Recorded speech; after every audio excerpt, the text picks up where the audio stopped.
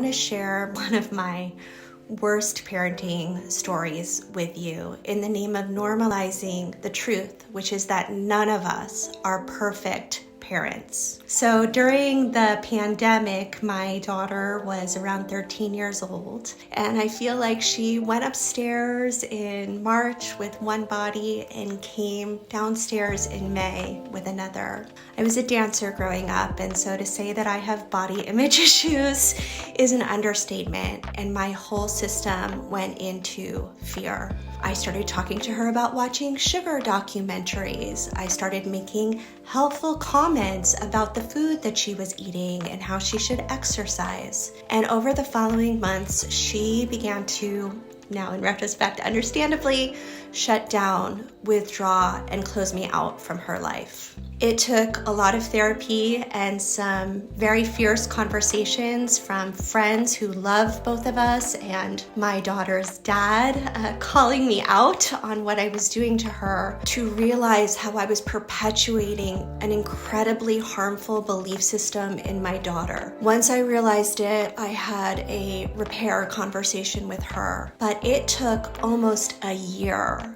of consistently showing up, giving her space, and allowing her to create forgiveness in herself for us to return to connection as mother and daughter. We all have our stuff, and when we don't have the ability to look in ourselves to change our behavior, it could have a devastating, lifelong impact on the intimacy and relationship that we have with the people that we love the most, our kids.